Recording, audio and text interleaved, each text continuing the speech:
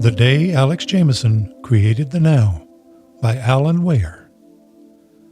On a Tuesday night in October, Alex Jameson decided he had had enough, and he set about creating the now. This momentous decision followed a beer-drinking evening at the Bar 7 Grill with his friends Ron and Josh.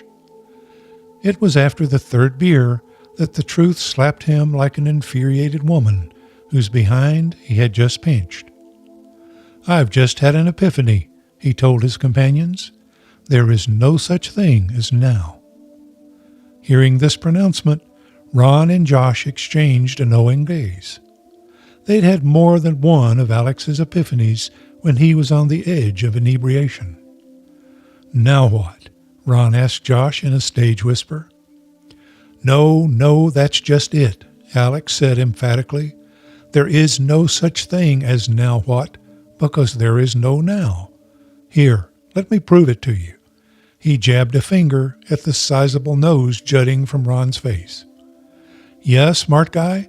How you gonna do that?" asked Ron. Alex pounced. "When is now?" "That's stupid," Josh said. "Now is now." "Sure it is," said Alex. "Now is now, you just said." "Said," as in past tense. "History. If you decide to say it again, that's a future event. As soon as you say it again, it's in the past. Get it?" The two stalwarts looked at each other with amazement. "You may have a point," said Ron. Lying in bed that night with the beer still sloshing in his gut, Alex seethed over the fact that you lived your entire life either in the past or the future, but never ever in the now. Because there was no now to live in. "This is ridiculous and unfair," he said aloud in the darkness. "If there is no now, then what's the point of anything? If I don't exist now, then I might as well not exist at all." Right then and there, he decided to do something about it. "I know," he thought to himself, "it's all a question of mind over matter, of believing." He vaguely remembered a Sunday school lesson from many years back, to the extent of faith moving mountains or something of the sort. From that very instant, he started to believe he could create the now. The next morning, on the way to work at the warehouse where he loaded and unloaded trucks for his daily bread, he focused on his new belief, speaking aloud his desire to create the now, right now, and once and for all. "I believe in the now," he said aloud in the car, speaking over the morning talk show guy on the radio. "I hereby dictate that there will be a now, and it will never be subject to a past or a future." Just speaking the words made him smile and strengthened his faith considerably. It was a busier than normal day at work, but at intervals he would pause to whisper his new faith declaration under his breath. He saw Josh and Ron at times in the day, but they appeared to have forgotten all about the previous evening's discussion. The next day, he continued his mantra, and the next day, and the next.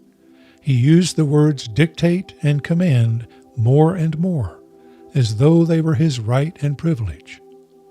On Friday night, he joined another group intent on seeing the weekend end with yet another beer fest. And when he made it home that night, he collapsed into bed immediately after relieving himself of at least a gallon of processed beer. When he woke the next morning, he reached for the bedroom TV remote, as he usually did, so as to catch up on what had happened in the world overnight. But when he pressed the power button, nothing happened. No pop or flash of the TV screen cranking up. "I guess the batteries are gone," he said, and reluctantly pulled himself out of bed and crossed the room to the TV, only to discover that the power button also failed to turn on the device. He said to himself, "Wonder if the power's out, or did I forget to pay the bill again?" He went into the bathroom then and flipped the wall switch, but no lights came on to illuminate his journey to the toilet. "Yep," he said, "no power." Making his way down the hall, he went into the kitchen and looked out the sliding glass doors that led onto his apartment balcony. Strange. There was no traffic in the parking lot, or for that matter, no cars moving in the road that ran by his complex. There were cars on the road, all right, and yet they were all stopped. Listening, he realized he could hear no sound of any kind, which was in itself remarkable, given the two kids who lived above him and who always seemed to be stomping about in jackboots. He opened the door and went onto the balcony, where he could barely see the freeway in the distance. It seemed that the traffic on that always busy thoroughfare was also stopped. You know what? He asked himself in a sudden wild surmise. I bet you I've created the now. Donning jeans and a t-shirt, he left the apartment and tried knocking on doors, but no one answered. Then he went downstairs and walked over to the road. He was shocked to see that there were people in the cars, but not one of them was moving. He tapped on the windows of several cars, but no one stirred or moved so much as a muscle. Drivers looked straight ahead. Babies sat in their car seats. Grandma sat in back seats, silent and unmoving. Wow, he said, I really did it. There is no past or present, just the now, and it's mine, all mine. 2 weeks later, his sense of exaltation had changed to one of despair, for nothing ever moved. The same people all sat in the same cars. The same people sat in their living rooms in front of silent TV screens. There was no sound whatever. It was always morning, and the sun set in exactly the same place all of the time. Finally, Alex looked up at the heavens and asked the central question that was now the focus of his existence. What have I done? He shouted.